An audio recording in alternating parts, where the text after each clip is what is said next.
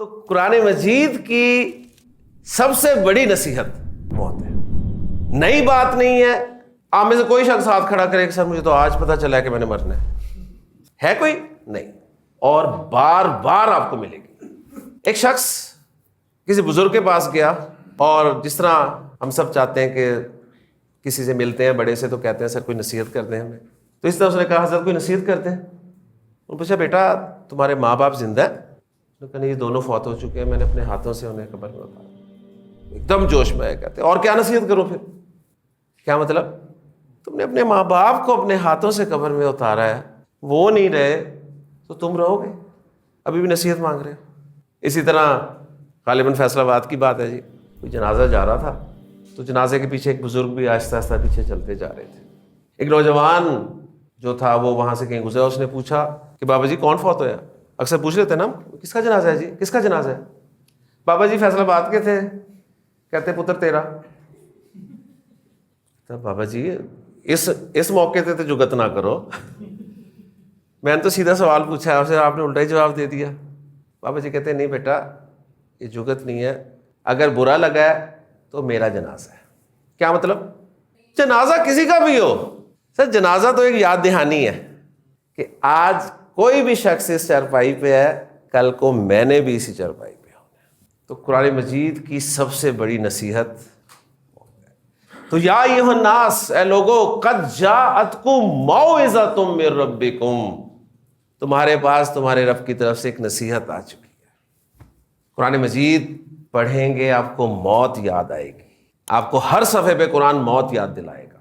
بدقسمتی یہ ہے ہماری کہ مجھے اور آپ کو موت پسند نہیں ہے، موت کا تذکرہ بھی کوئی اتنا اچھا نہیں لگتا۔ یہ ٹاپک میں ذرا لمبا کروں نا تو آپ کہیں گے سر کوئی اچھی اچھی باتیں کریں، آپ کو کیا ماشاء بھی تو ہم نے پتہ نہیں کیا کچھ کرنا ہے۔ ٹھیک ہے کریں جو کچھ کریں، لیکن ذہن میں ضرور رکھیں کہ آپ کی یہ زندگی ہمیشہ کی زندگی نہیں ہے، اور مسلمان کی موت کا تصور یہ نہیں ہے کہ مر گئے تو کام ختم، ٹھیک ہے نا۔ مسلمان کی زندگی کا تصور تو یہ ہے کہ اب تو گھبرا کے کہتے ہیں کہ مر جائیں گے، مر کے بھی چین نہ پایا تو کدھر جائیں گے۔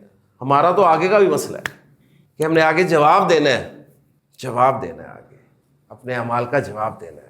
تو قرآن موت یاد کرواتا ہے جی، آپ کو صفحے صفحے میں موت یاد کراتا ہے۔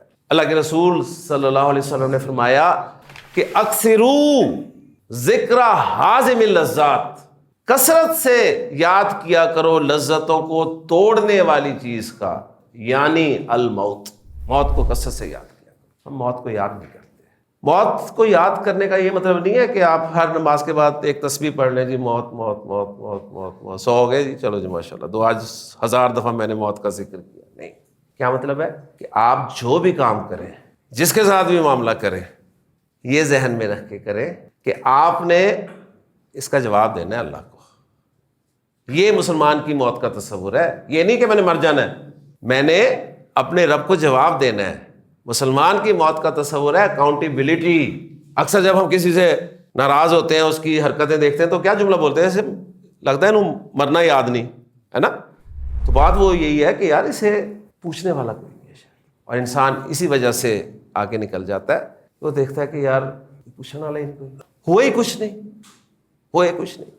تو یا ایھا الناس قد جاءتکم موعظۃ من ربکم وشفاء لما فی الصدور، یہ شفا ہے کس کی؟ جو سینوں میں ہے۔ اس میں انشاءاللہ تعالیٰ پھر بات کریں گے کہ سینوں میں کیا ہے جس کی یہ شفا ہے، اور پھر یہ کس طرح شفا ہے۔ اللہ تعالیٰ سے دعا ہے کہ اللہ تعالیٰ ہمیں قرآن مجید کی سب سے بڑی نصیحت جو ہے موت، اس کو یاد رکھنے کی توفیق عطا فرمائے۔